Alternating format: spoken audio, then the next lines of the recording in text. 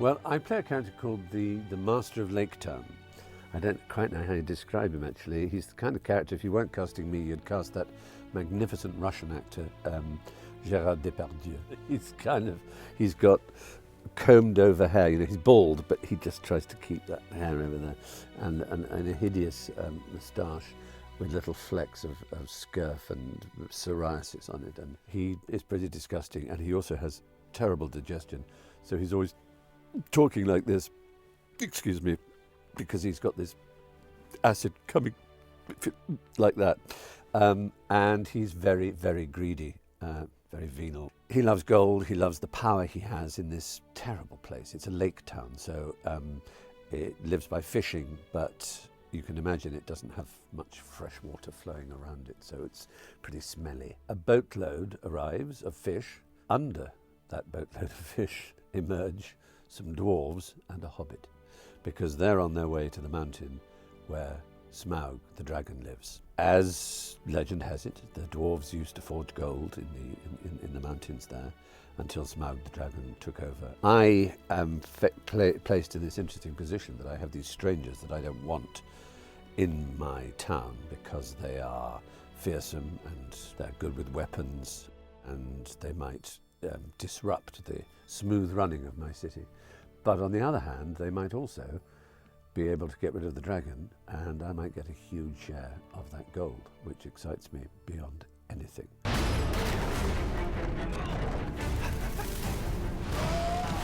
Because he's a human, he's not an orc or an elf or an ent or or an hobbit or anything like that. He's a normal human, if there is a normal human in Middle-earth. He is the only one who really kind of represents something that you might recognize in Britain or France or Italy or America, you know, a corrupt local official.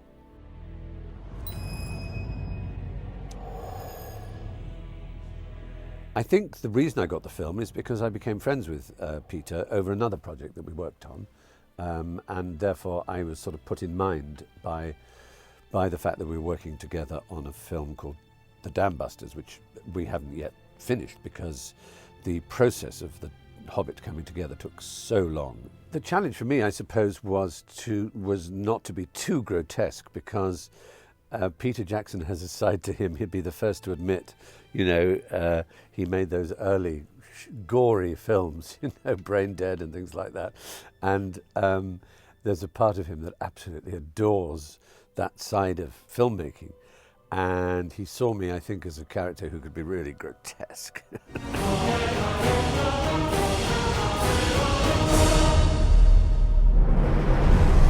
a Hollywood where so many heroes are superheroes with ridiculous powers that no human can have, it's rather wonderful that the superhero of The Hobbit is actually a very ordinary young man whose superhero is that he is honest, and his word is good, and he is loyal to his friends. And those, in the end, are the only true superheroes that a human being needs. Je ne compromettrai pas cette quête pour la vie d'un cambrioleur. Il s'appelle Bilbo. I think, like all science fiction and all fantasy, they have the advantage of being eternal, because they're not set in any particular period that dates them. And so they can be about yesterday or tomorrow. The great stories, without getting too, you know, Joseph Campbell about it, the great stories are quests, are journeys to find out who you are, to find out where you belong, to find out what resources you have, to find out if you are brave, to find out if you are worthy of your blood, if you like. I think we have to add the personal life of J.R.R. Tolkien, who fought in the First World War. He didn't want to go there. No, who would? He didn't want to fight people whose only difference between him was the colour of the uniform they wore and the language they spoke. I think he learned a lot in the trenches in that respect. I think he learned that the best people there were not the grand shouting heroes, but were the quiet, efficient, decent, honest ones. There's a magnificent letter he wrote in the 1930s when the German publishers, this time Hitler was in power, asked for his bloodlines, for his genealogy. And he said, I assume by that letter you mean, am I Aryan? But of course what you really mean is, am I Jewish? Alas, I'm sad to say that I do not have any of the blood of that proud people in me. But if this is how writers are to be judged in future, I will no longer be proud of the fact that my name Tolkien, as it happens, is German from 200 years ago. And I will be ashamed for the first time of my German blood.